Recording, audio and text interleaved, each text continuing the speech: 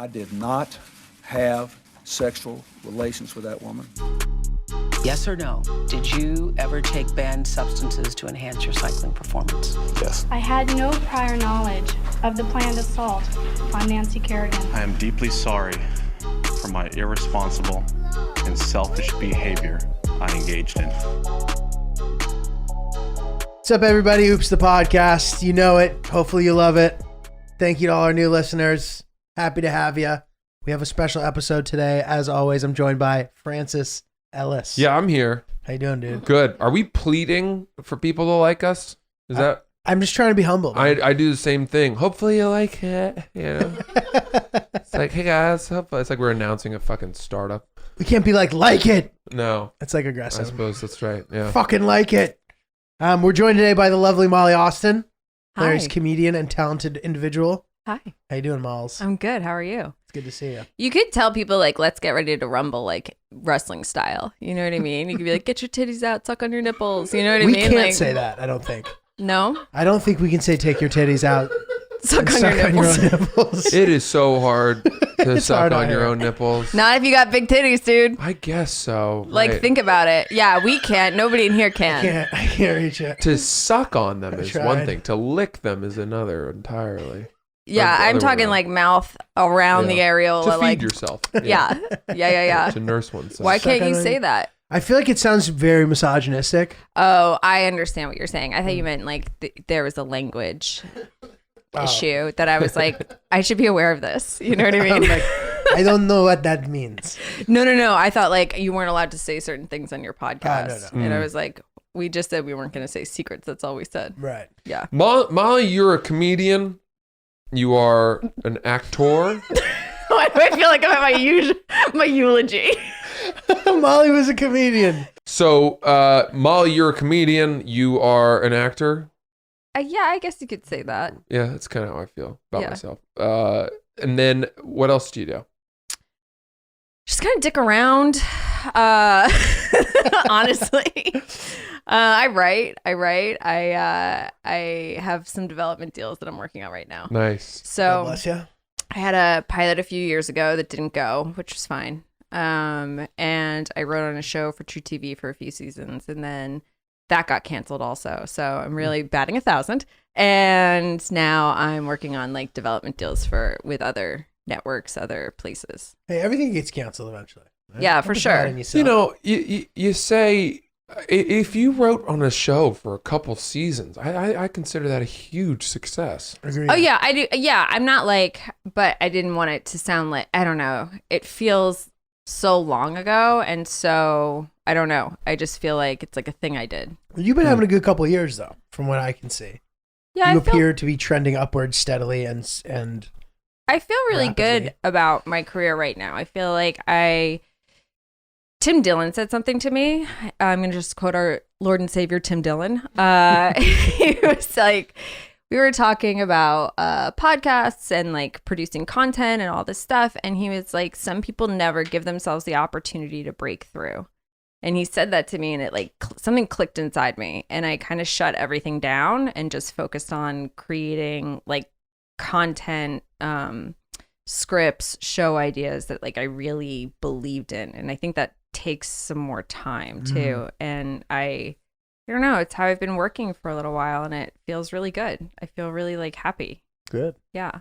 It's great. And I know that it's one of those things that it takes time to come to that realization. The same way that, when you perform stand-up, it's really hard to learn how to do it as yourself in your own voice. Like you hear that when you're starting, like your voice, you hear, but like it's hard to understand what that means till you like make progress towards that. Right. And like the stuff that I was doing on True, I think is, I think I tend to like downplay it a bit because it feels so far away from like who I am now. Does that make sense? Yeah. Like I'm like, yeah, I did that.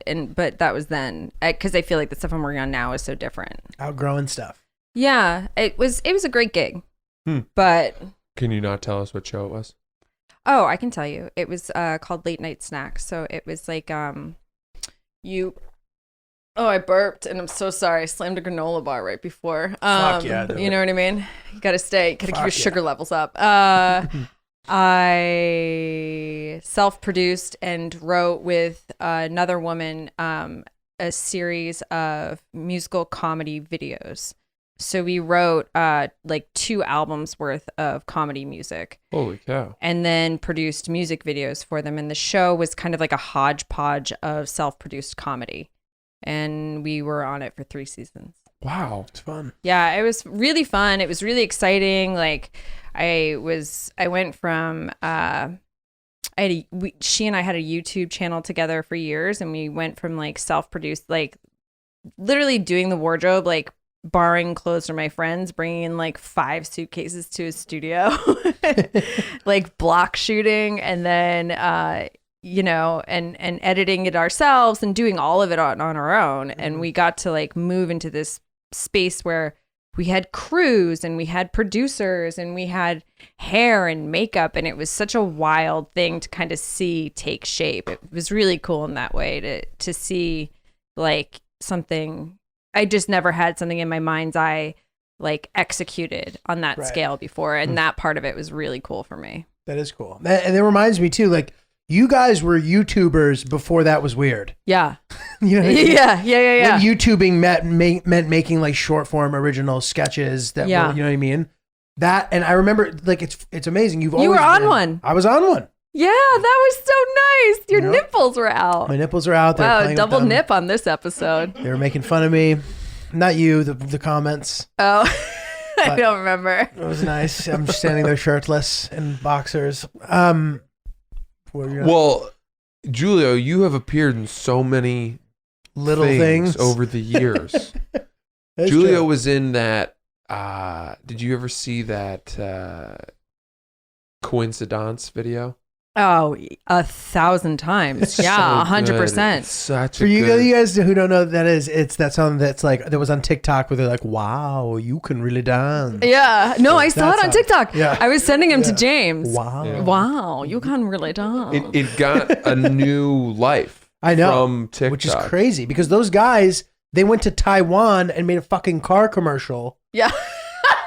Based on that song. Did they really? Yes. Dude, they all of a sudden out of nowhere received a text message from someone in Taiwan being like, you guys are stars in Taiwan. It's amazing. And it showed the national basketball team dancing the coincidence dance on the court in the halftime of a game and the crowd going nuts. And they had no idea. God. What a cool story. It's so great. It's so fucking funny. No, yeah, I love that. Giulio was in some of our videos too. That was, yeah. Yeah. You know? Nice. He played my love interest. Did you do a lot of... Did. Right. Oh, interesting. Did you do a lot of musical comedy, or was it all kinds of stuff?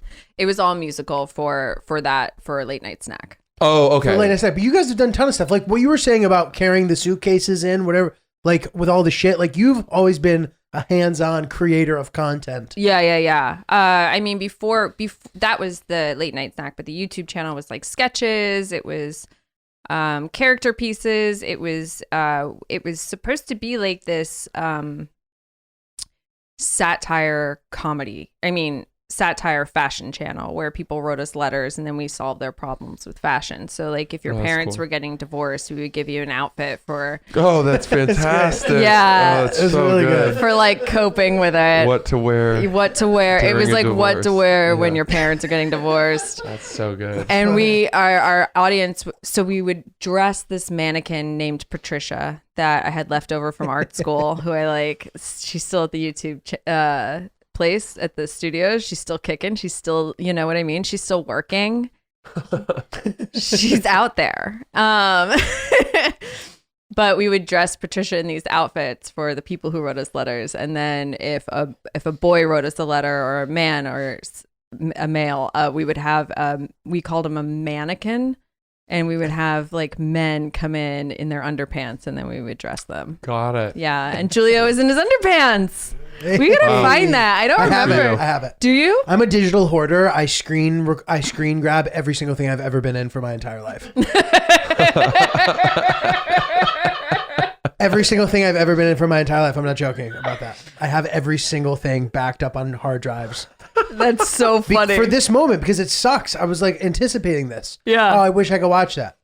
It's on YouTube. Oh, it is still okay. Yeah, I didn't. You could just. You never know that you guys can pull it anytime. No, I'd leave it. It's like it's fine. You know what I mean? Yeah. It's there. It was enjoyable. I still like.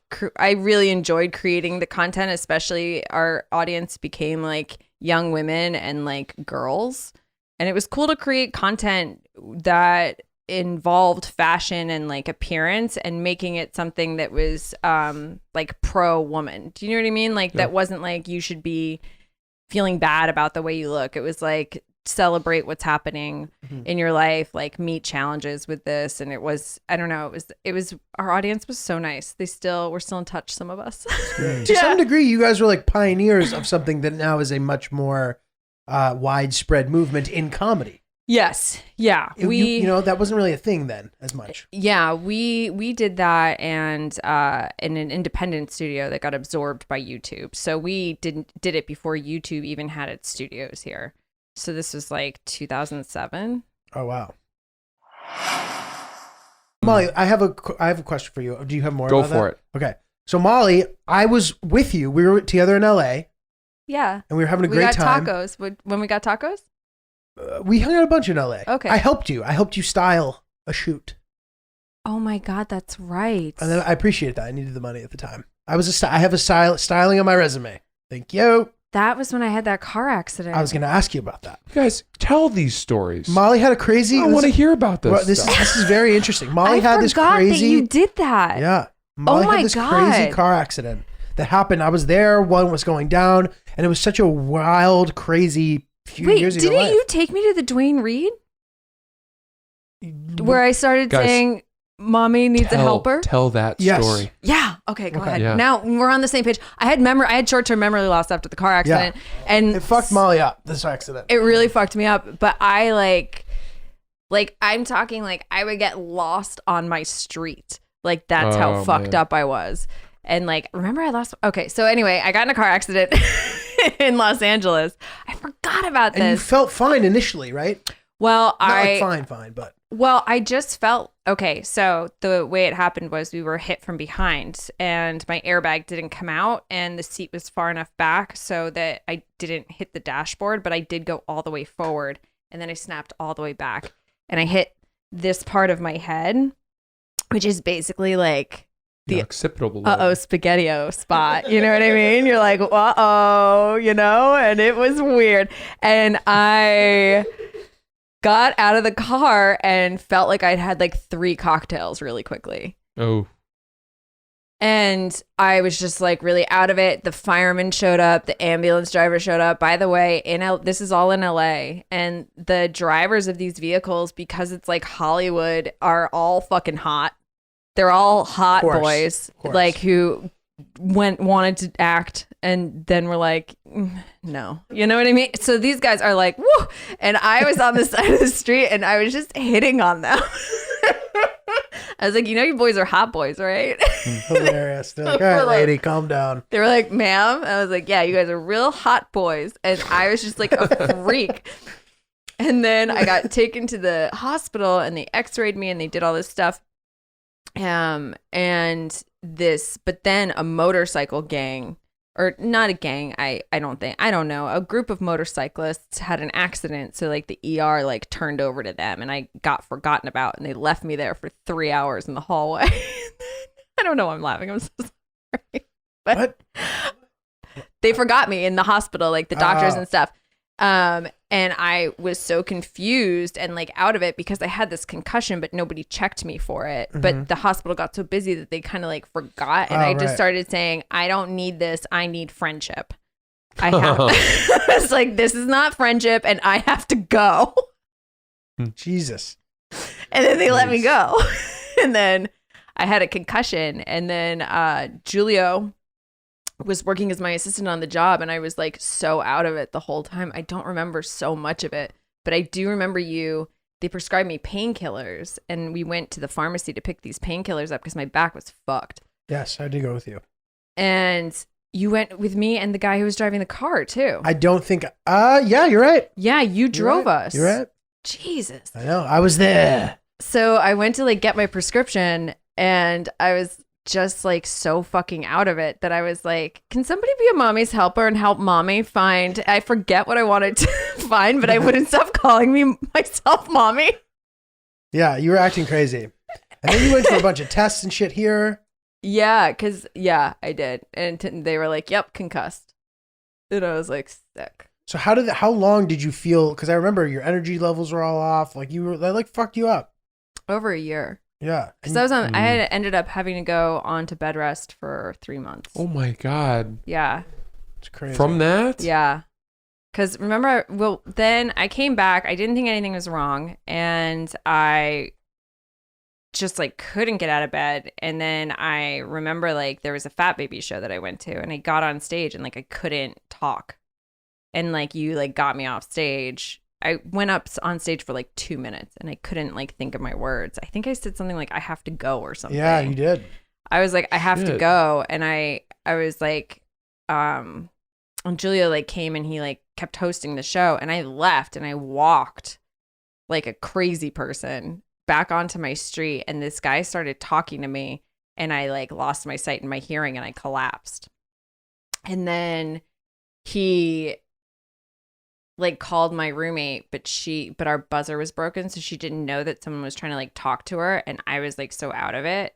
So he just ended up like walking me up to my apartment and like dumping me in my roommate's arms. Oof.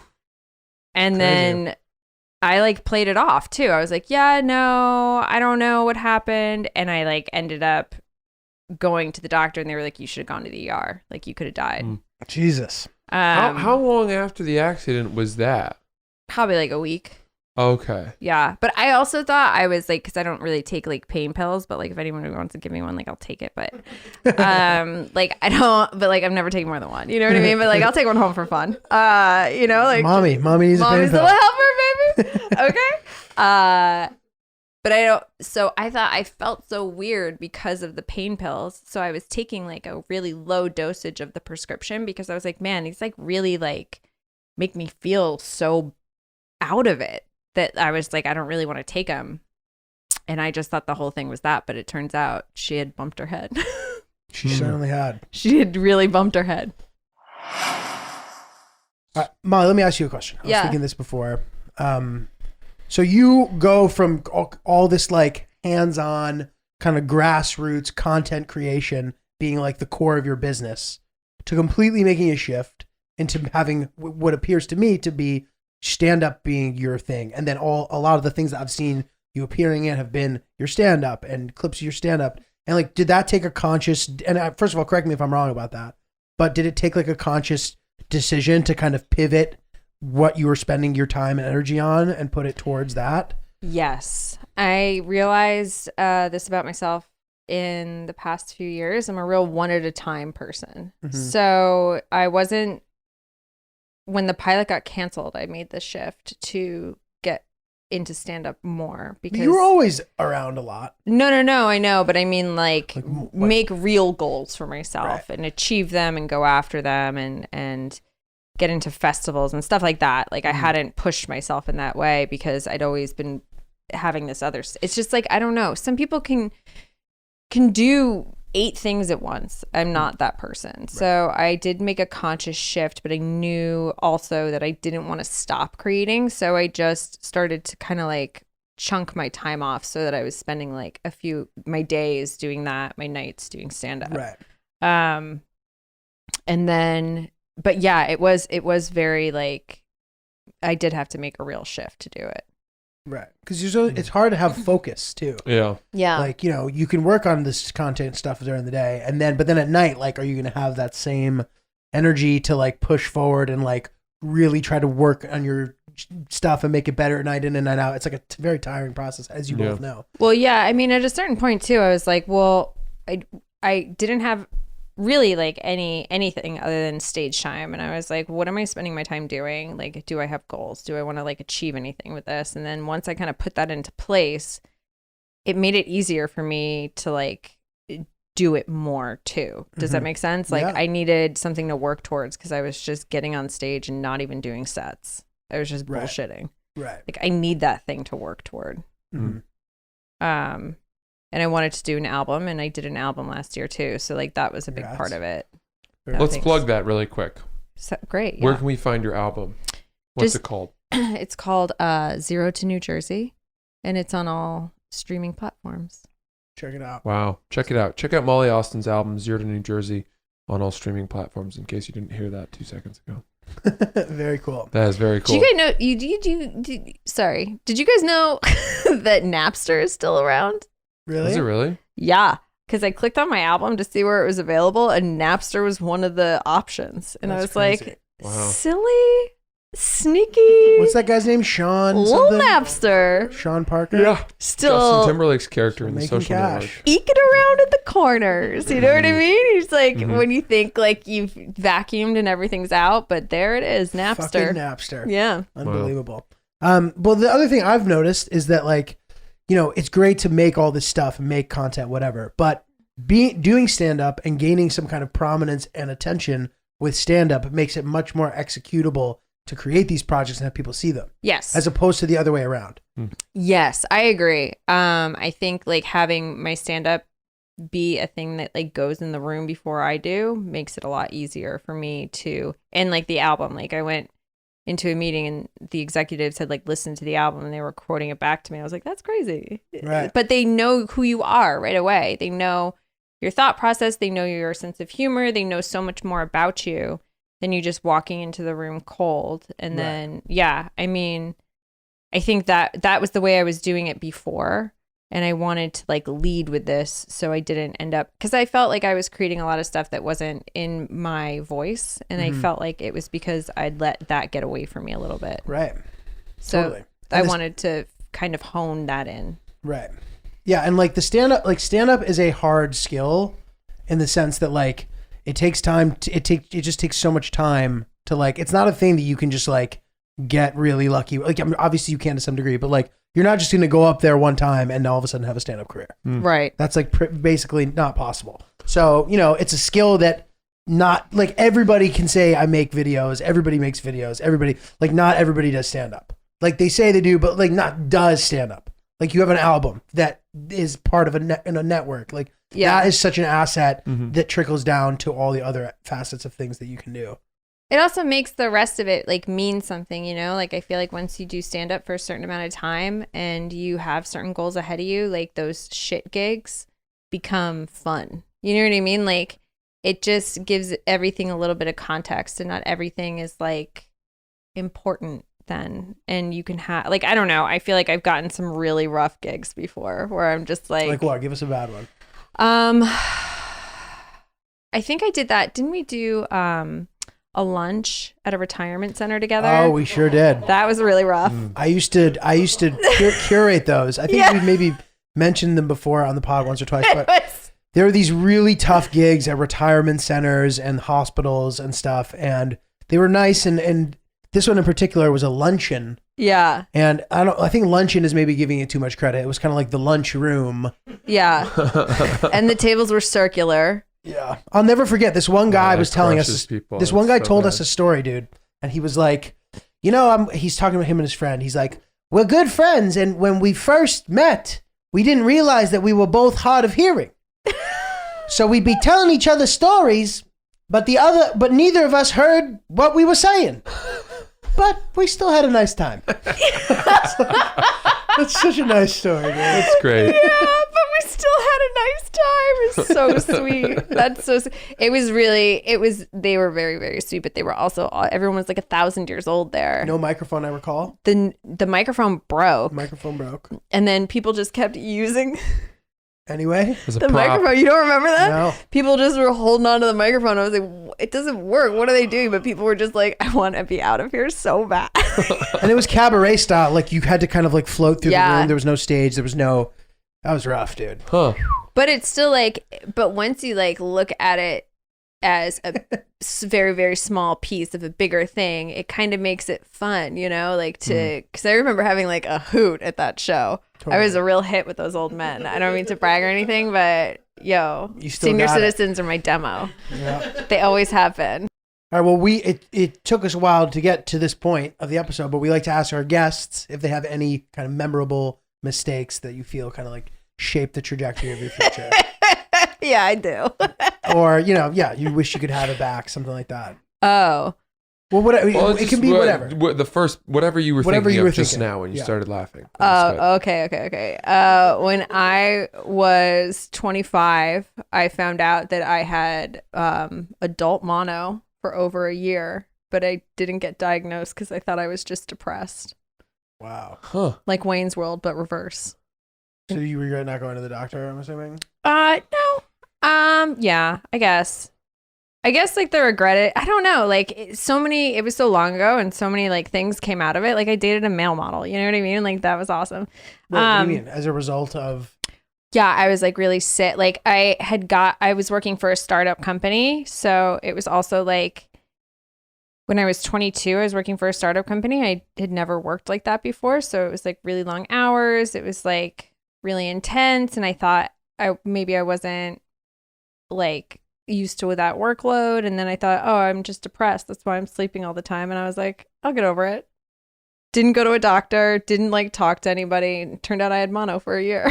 Holy shit. What's the treatment for mono? No, you just got to wait it out, but you're not supposed to drink on it. You're not supposed to do like a lot of stuff when you have mono. And I was like boozing it back, baby. Cause I was using whiskey as fuel because I like couldn't get out of bed. And I would just be like, I'll just go get a cocktail. And I would just cocktail in bed until I could get up. Whoa. Yeah. You were boozing in bed. Boozing in bed, boozing in the shower. On weekdays? Yeah. Like you were in that cycle. I could get to work, but like after work right away, I was like drinking really hard because I was like, I want to go to, it's like 8:00. So I was like trying to like I thought I was depressed. I was just trying to snap myself out of it, you know? But I will say it did lead to a deterioration of health that had me going to like alternative types of medicine for the first time. So I think that like all in all, it worked out because that ended up being like a really good thing for me. Right. What types of alternative medicine? Like acupuncture, acupressure, massage, meditation, stuff like that. Because I obviously like if you get mono and you don't go to the doctor, like you're not communicating with yourself at all. You know what I mean? Like I was just like, oh, just like suck it up, Molly, be a fucking man, like get over it. You're being whatever. lazy, you're being, all these things. And I was like, oh, I really like learned how to communicate with myself through that. And then like I was getting sick all the time. I had the flu all the time. I was like always ill. But then I started dating this male model, okay? And he nursed me back to life. Pretty sick. That's good. Yeah. Nothing like getting it in to get you over the hump sometimes. I don't feel like you guys aren't as impressed by male model as I need you to be. Yeah. Like I said, male model. I think it's one of those things where I'd have to like see a picture. Oh my God. That's how good looking you are that you're not even No, because I know people that call themselves male models that have done fucking one thing. Oh, okay. Well, and then I'll tell you where he was. He was on the Times Square billboard for Calvin Klein underwears, okay? So if you had led with that, I would have been like, holy shit. Yeah, That's amazing. okay, you're right. There are different levels of models. I'm so sorry. I didn't specify. Yeah, he was a Calvin Klein billboard underwear model. Okay? Amazing. Yeah, no, I Amazing. know. It was awesome. They work out, they exercise all the time. It was really great. Was he good in bed? No, Hate But- to say it. it was fine. I didn't mind because I was so sick. You know what I mean? Like I was just like, he was cooking. Like this is the thing about models.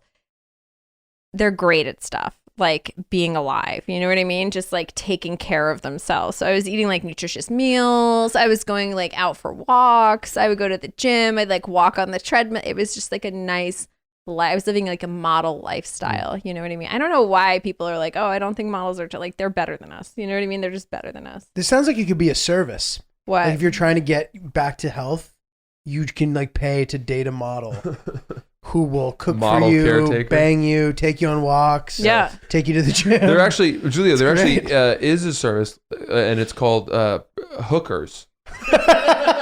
Yeah, but hookers don't exercise you. You can certainly pay them. To I them, guess right? I guess that's true. Yeah. I guess that is true. Yeah. They're called hookers. They're called hookers. That's great, dude. That's actually like a great serve. They should include that on their menu. Yeah. Absolutely. Molly, thank you so much. This has been absolutely fantastic. Where can we find you on social media? It's all at Molly O. Austin. Molly O. Austin. Yeah. And any upcoming dates that we can find you at? No, just nothing. Just literally nothing. Well, so check out her awesome album. As we said again, it is From Zero to New Jersey. What is it? From Zero to New Jersey. Zero to New Jersey. Zero to New Jersey. On all streaming platforms. And that's Molly Austin, everybody. Thanks including so much. Napster. Thank you. Hell yeah. Thank you for having me. G is not Julio on Instagram. Anything fun coming up? Yeah, 16th to 19th of March, Denver Comedy Works. Check it out. Should be fun. Sweet. I'm at Francis C.C. Ellis. Website for comedy tickets is francisellis.com. Helium, Philadelphia, March 5th to the 7th. This is Oops, the podcast. You guys are the best. Oh, yeah. Thanks. Oh, yeah.